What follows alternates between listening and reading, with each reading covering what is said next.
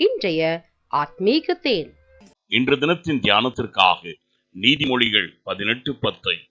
கர்த்தரின் நாமம் பலத்த துருகம், நீதிமான் அதற்குள் ஓடி சுகமாயிருப்பான். ஆம் பிரியமானவர்களே, என் தேவன் நமக்கு சுகத்தை கொடுக்கிறவர், பலத்தையும் ஆரோக்கியத்தையும் கொடுக்கிறவர். ஆம், அவரிடத்தில் கடந்து செல்கிற யாவருக்கும் அவர் நன்மை செய்கிற தேவனாய் இருக்கிறார். நீயோ அவருடைய நாமத்தை அறிக்கை செய்கிறவனாயிரு. ஆம், அவருடைய நாமத்தை ஏற்றுக்கொண்டு அதை விசுவாசிக்கிறவர்கள் தேவனுடைய பிள்ளையாகும்படி அதிகாரத்தை கொடுத்த தேவன்.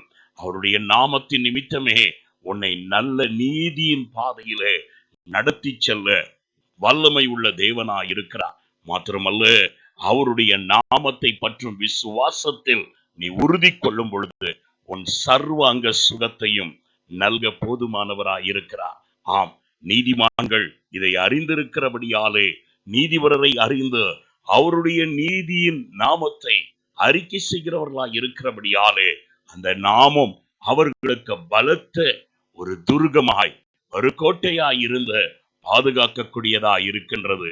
இந்த நாளிலும் அவருடைய நாமத்தை குறித்தே துதித்து பாடுகிறவர்களாய் இருப்போம்.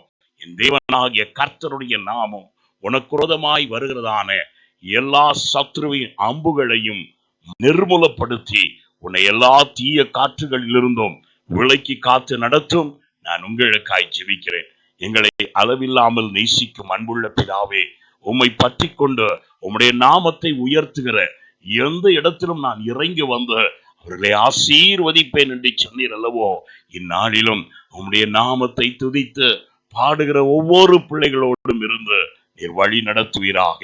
இயேசுவின் நாமத்தில் ஜெபிக்கிறோம். எங்கள் ஜெபம் கேளும் நல்ல பிதாவே. ஆமென். God bless you.